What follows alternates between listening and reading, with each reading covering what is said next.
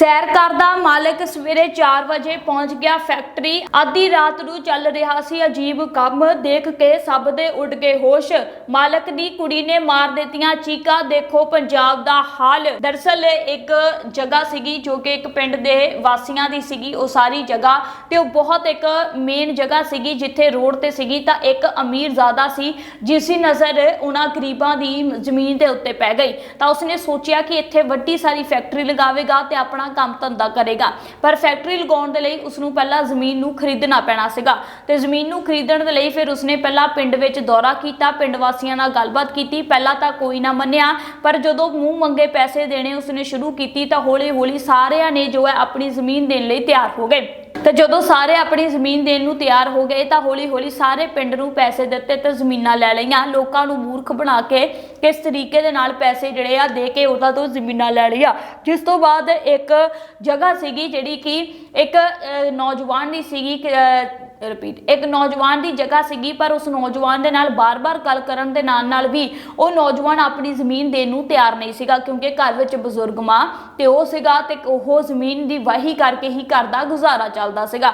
ते वो जमीन वेचण नूं ना तैयार होया ते उस ओह जिहड़ा अमीरजादा सी बहुत परेशान होया कि असीं हुण उस नौजवान कोलों जमीन किवें लईए ते की करिए। उसकी धी भी जिहड़ी सीगी वो भी बिजनेस दे विच काम करदी सीगी। तो उसकी धी ने कहा कि जेकर तुसीं चाहुंदे हो कि वो जमीन तुसीं लैनी है तो तुहानूं एक मेरी गल मननी पवेगी। उसने अपनी धी की गल मन्नी तो उसने कहा कि भी तुसीं इसनूं नशे ते लगा दो ते नशे दा आदी होवेगा ते अपने आप ही यह जमीन नूं वेच देवेगा।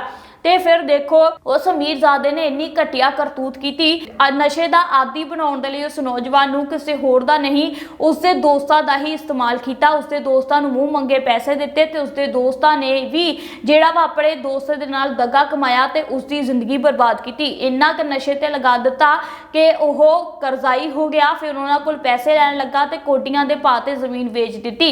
उस तो बाद जदों माँ ने अपने पुत दे हालात देखे तो जमीन विच विकी हुई दिखी तो माँ जिहड़ी आ सारियां चीज़ां सहन ना कर पाई, उसकी माँ की भी मौत हो गई। तो जदों फिर वो नौजवान ज़्यादा ही नशे का आदी हो गया तो ओवरडोज लैण दे करके उस नौजवान की भी मौत हो गई। हालांकि जदों वो मरण के कंढे ते सीगा, यानी कि उसके हालात बहुत गंभीर सीगे, पर जांदा जांदा एक बहुत वड्डी गल कह गया उस अमीरजादे नूं।